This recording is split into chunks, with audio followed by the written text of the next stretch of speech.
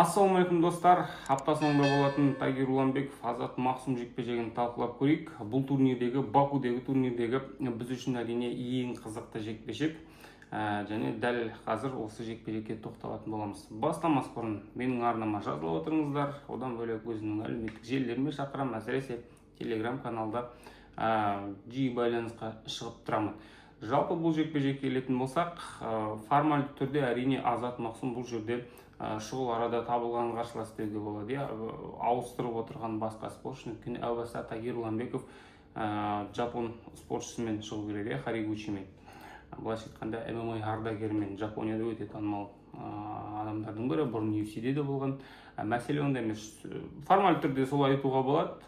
Бір айдай уақыт қалған кезде бұл жекпе-жекті Азат Мақсум қабылдады, егер кішкене жекпе-жектің боларсына үңілетін болсақ, шұғыл арада қабылдап дейміз, бірақ бір айдай уақыт және де толықтай лагерден өткенін ұмытпаңыздар. Ол кезде Бекзат Алмаханның жекпе-жегі аяқталып, елге оралып жатқан кез, яғни толықтай Бекзаттың қасынан өтіп Америкада лагер өткен, сондықтан бұл жақтан қатты проблема болмау керек, яғни дайындық жағынан ешқандай да проблема болмау керек деп күтеміз.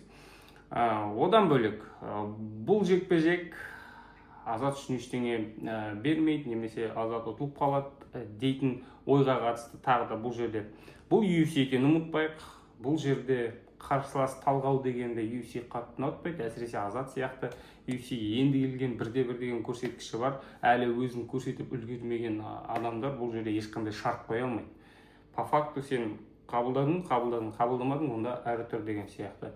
Енді елестетіп көріңіздер, Азат бұл жекпе-жектің қарсаңында бір жылдан астам тұрып қалған, жарақатына байланысты біраз уақыт өткізіп алған, қаншама уақыт бойы UFC-ден жекпе-жек сұрап жүрген адам. Бұл жекпе-жекке мысалы матчмейкерлердің өздері қойған жоқ, Азаттың командасы өзі сұрап алған жекпе-жек. Сондықтан ойда ұстап отыру керек, яғни өздері де сенімді болды. Яғни бұл сенімді түрде бір өздері ақылдасып қабылдаған шешім, біздің қолымыздан келеді деген сөз. Яғни бір ойлағандар бар деген сөз бұл жекпе-жекте. Екінші фактор бұл әрине тәуекел, өйткені жеңіп жатса тәуекел шынымен де ақталады. Бір ғана жекпе-жекпен топ 15-ке кіріп кетуі мүмкін, жағдайды біраз түзетуі мүмкін, өйткені Тагир Уламбеков сондай бір жоғары деңгейдегі атлет деп айтпай қояйық, әсіресе бұл салмақтың элитасы деп айтпай қояйық.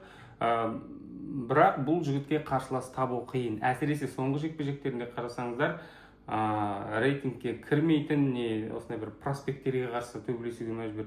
Шынымен де атақты, танымал қарсылас ешкімге бермейді. Одан кейін келген жігіттердің өзі рейтингтен жоғары ілгері кетіп жатыр. Қазір мысалы жекпе-жек 57 келіде рейтингте одан сайын төмендетіп жатыр, жекпе-жек өткізбей жатыр.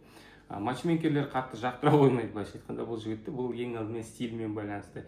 Өзінің ықпалды командасы бар, соның арқасында да бәлкім UFC-де жүрген шығар. Харигучиді беріп еді, Харигучидің өзі кейін бұл жекпе-жектен бас тартты деген сияқты. Яғни бұл жігітке жалпы жекпе-жек табу қиын. Яғни өзі сұранып, өзі ұтып алған жағдайда бұл жекпе-жек шынымен де көп дивиденд әкеледі, егер бұлай экономикалық терминдермен сөйлейтін болсақ.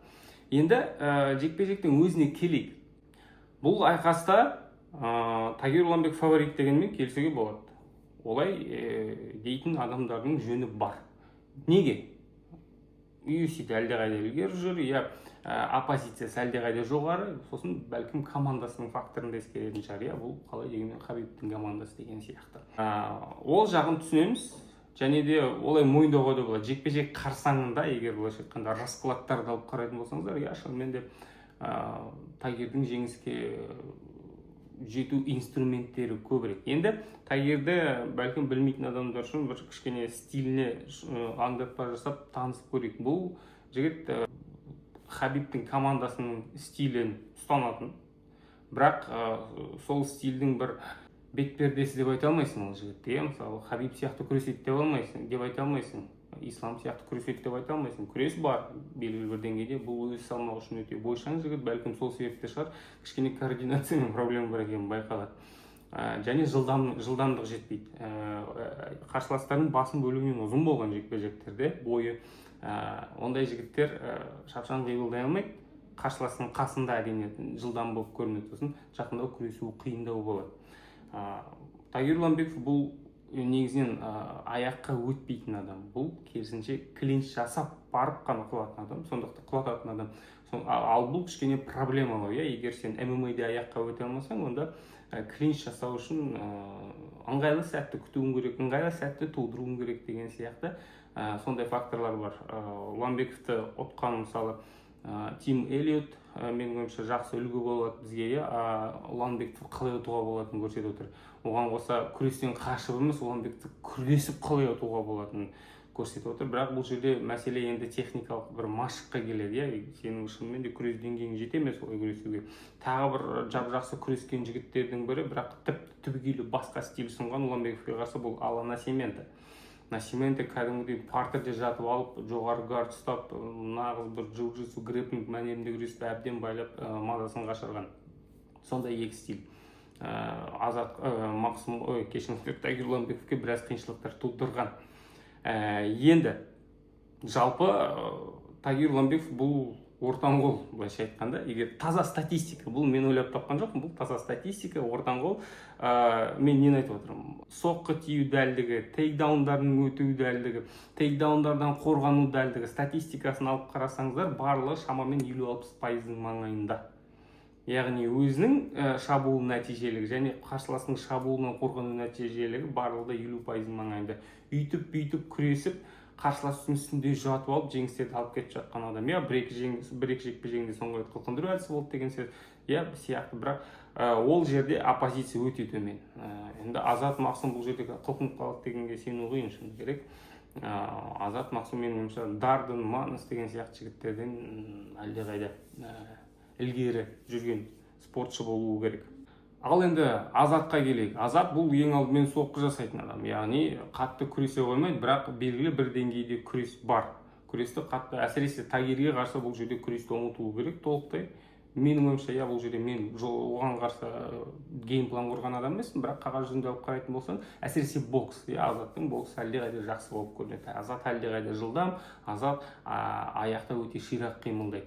Менің ойымша Тайсон Немға қарсы Азаттың жекпе-жегі бұл жерде үлгі бола алады. Бірақ Тайсон Нем бұл ауыр соққы жасаудың амалын іздесе, Тагир бұл жақындап клинч жасаудың амалын іздеп, құлатудың амалын іздейді, яғни партерде аяқта тұрып айқаспайды. Аяқпен соққыларды азайтады. Менің көзімде солай, және жеңістің кілті бұл жерде шынымен де бокс, өйткені Азат әлдеқайда жылдам біріншіден, және соққылар ауыр. Шынымен де бір ғана соққымен құлап тастаған нокауттар бар, оны өздеріңіз де көрген боларсыздар. Брейвте 2-1 ондай нокаут бар айтпақшы. Соққы шынымен де ауыр, сондықтан бұл қолдан келетін. Негізінен ең қарапайым жолдардың бірі бұл Тагирге қарсы жылдамдықты қолдану. Жоғарыда айттық, біз Насименто, Эллиоттар күрес арқылы қалай жеңуге болатынын көрсетсе, Азат бұл жерде соққы арқылы қалай жеңуге болатынын көрсетеді. Өйткені Азаттың стилі күрес емес. Азат Насименто сияқты арқасымен жерде жатып алып, үйтіп байлап күресе алмайды грэпплингтің мәнерінде. Ол оның стилі емес. Эллиот сияқты өзі кіріп кетіп тейкдаун жасамайды. Ол қажет емес, ол кішкене тәуекелдеу бұл жерде. Ал боксқа келетін болса, бокста шынымен де біраз кедергі келтіруге болады. Мысалы, кезінде Асу Алмабаев айтпақшы Тагирге қарсы жекпе-жегін қарасаңыздар, ол жерде ұтылды по факту, бірақ бір назар аударатын сәт болды. Бұл Азат Асу кешіңіздер өте ширек қимылдаған болатын. Аяқта өте ширек қимылдап, қайта оң-сол жүріп, қарсыласты біраз мазалаған. Сондай қарсыластар Азат Тагирге кедергі болады. Барлығының атын шастырып бітірдім ғой. Яғни бұл жерде шынымен де челнок, былайша айтқанда велосипед керек. Дамылсыз қимылдап, әрдайым бокс, және ең бастысы торға жақындамау. Және де түбі амалсыздан аяққа өтуге мәжбүрлеу, яғни дұрыс кеңістікті қадағалай білу. Жеңістің жолы менің ойымша осы. Клинчке жолатпау, әрине Тагир барын салатын болады, клинчке жолатын. Сосын тағы бір фактор бұл жерде қатты бір бәлкім назар аудармайтын да шығар жанкүйерлер, бірақ ескеруге болады. Менің ойымша бұл жерде таза психологиялық фактор. Бұл бапкерінің қасында болу. Бұған дейінгі екі жекпе-жегінде Данияр Дүнгенбаев ағамыз Азаттың бұрышында болмаған. Бұл жолы толықтай өзінің төл шәкірті ғой, былайша айтқанда, сол толықтай кәсіпқой ММА-ды алып келген. Қазір міне сол өзіне бір үйреншікті мәнерде комфортный бір жағдайда болады. Бұл да өте маңызды фактор. Қасында Бекзат бар, қасында тағы бірнеше жігіт бар. Бұлар шынымен де жақсы жекпе-жек қарсаңда атмосфера тудыра алады. Өйткені жекпе-жек тек қана октагонда басталмайды, октагонға дейін басталады. Салмақ қуың бар және психологиялық, эмоциялық тұрғыда сен қаншалықты жекпе-жекке дайынсың, сені белгілі бір эмоциялық деңгейде ұстап жүре алатын, қажап әрдайым айтып отыратын, босауға мүмкіншілік бермейтін, сондай бір қасында жігіттер болса, ал Азаттың қасында ондай жігіттер бар, шынымен де бір апсет жасауға алғышарттар бар менің ойымша. Бұл жерден сол біздің тек қана қазақ болған үшін жанкүйер емес, негізінен әу баста командасы бірдеңеге сеніп бұл жекпе-жектерді өздері сұрап алды ғой. Екіншіден міне бұндай факторлар бар. Стиль жағынан барлығынан зерттеген, оған қоса Нурмагомедовтердің командасына қарсы бір рет жекпе-жек өткізген, Бекзат пен Омарды ұмытпаңыздар. Біраз ақпарат материал бар, яғни Жүнөлденбаевтың қолында не істеу керек екенін, және бапкердің факторы әрине. Өте қызық жекпе-жектердің бірі. Тагир бұл жекпе-жекте фаворит дегеннен бас тартпаймыз деген ойдан, бірақ мен бұл жекпе-жекке сәл кішкене батыл болжам жасап көрер едім. Менің ойымша Азат Мақсұм кем дегенде төрешілердің шешімі 2-ге бөлініп бұл жекпе-жекте жеңімпаз атанады. Міне осындай батыл болжам. Сіздерді әдеттегідей өз болжамдарын жаза аласыздар. Сосын бұл жекпе-жек өткесін тағы да осы жерге отырып сол жекпе-жекті қорытындылайтын боламын. Өз комментарийлеріңізді қалдырыңыздар. Менің YouTube арнама жазылуды ұмытпаңыздар. Қош сау болыңыздар.